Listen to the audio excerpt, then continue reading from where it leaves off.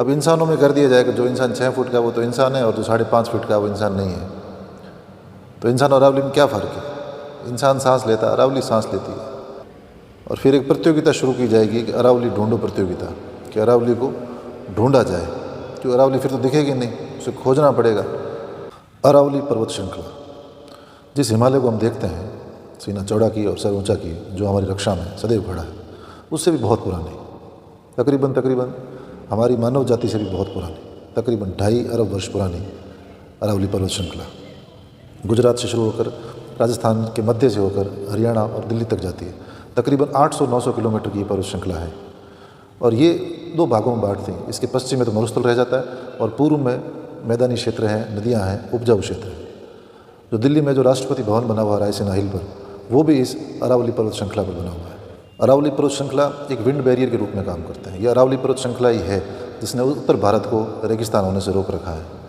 यहाँ से उठने वाली गर्म हवा और आंधियों को ये पहाड़ियाँ रोक कर रखती है। ये मरुस्थल के विस्तार को रोकती है।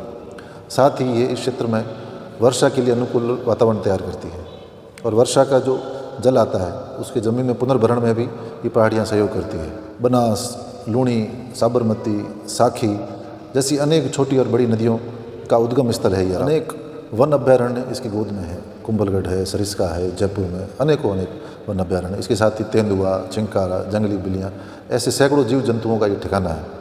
इसके अलावा कैर है, छाल है, अर्जुन है, ऐसे दुनिया भर की जो वनस्पति है वो भी इसकी छत्र छाया में पलती। इसका 80% हिस्सा राजस्थान में आता है। गुजरात की तरफ इसकी ऊंचाई ज़्यादा है। फिर सिरोही में माउंट आबू, गुरु शिखर ऊंचे एरिया हैं और राजस्थान में 80% एरिया आता है। हरियाणा में थोड़ा मैदानी भाग और फिर दिल्ली में ये समाप्त होती है जाके। और दिल्ली में मोटा मोटी इस पर अतिक्रमण भी। राजस्थान के लगभग 13 जिलों से होकर ये निकलती है। और अगर ये अरावली ना रहे तो यकीन मानिए जो दिल्ली है वो धूल का कटोरा हो जाए। केंद्र सरकार ने एक परिभाषा दी अरावली की और जिसे सुप्रीम कोर्ट ने स्वीकार कर लिया। उसके तहत अरावली पर्वत श्रृंखला की जो पहाड़ियाँ 100 मीटर से नीचे हैं उन्हें अरावली नहीं माना जाएगा, अर्थात वो वन संरक्षण से बाहर हो जाएंगे और उनमें खनन, उनमें निर्माण आदि की छूट मिल जाएगी। तो इस प्रकार से ये परिभाषा तय हुई है और इस परिभाषा का परिणाम ये होगा कि अरावली पूरी तरह समाप्त हो जाएगी। उसका कारण ये है कि 90% जो अरावली है वो 100 मीटर से नीचे ही है, 10% ही उससे ऊपर है। अब ये क्या बेतु का निर्णय उन्होंने किया है और इसका क्या असर होगा, या तो उन्हें ये समझ में नहीं आ रहा या वो समझने की जानबूझकर कोशिश नहीं कर रहे। ये समझ में नहीं आता कि आप लोग कौन होते हैं अरावली की परिभाषा तय करने वाले।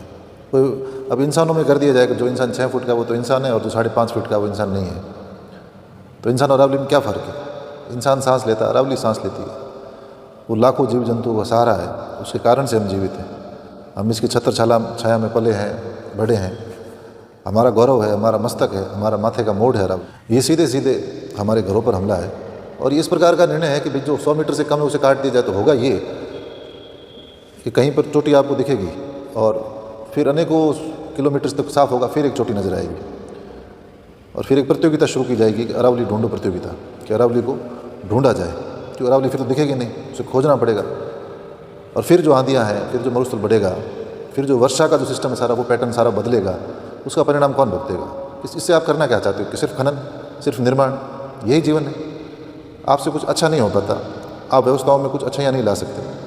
भारत का अर्थ भ्रष्टाचार हो गया है, इसमें आप अगर सुधार नहीं कर सकते तो वो तो ना करो, पर जो है सिस्टम, जो बचा हुआ सिस्टम है उसको तो बचा के रखें। हमारी नदियाँ हैं, हमारे पर्वत हैं, हमारे जंगल हैं, कम से कम इनको तो बख्शा जाए, वरना फिर जीवन संभव ही कैसे होगा? सुप्रीम कोर्ट हो, केंद्र सरकार हो, कोई भाजपा कांग्रेस की बात नहीं। कांग्रेस ने ही ये सिफारिश लागू करी थी, आज जो जाए विरोध कर रहे हैं। और भाजपा को भी ये सोचना चाहिए कि वो क्या काम कर रहे हैं और इसके कितने घातक परिणाम होंगे। ये जैसलमेर जहाँ मथा मरुस्थल देखते हैं, कभी यहाँ 38 सागर हुआ करता था।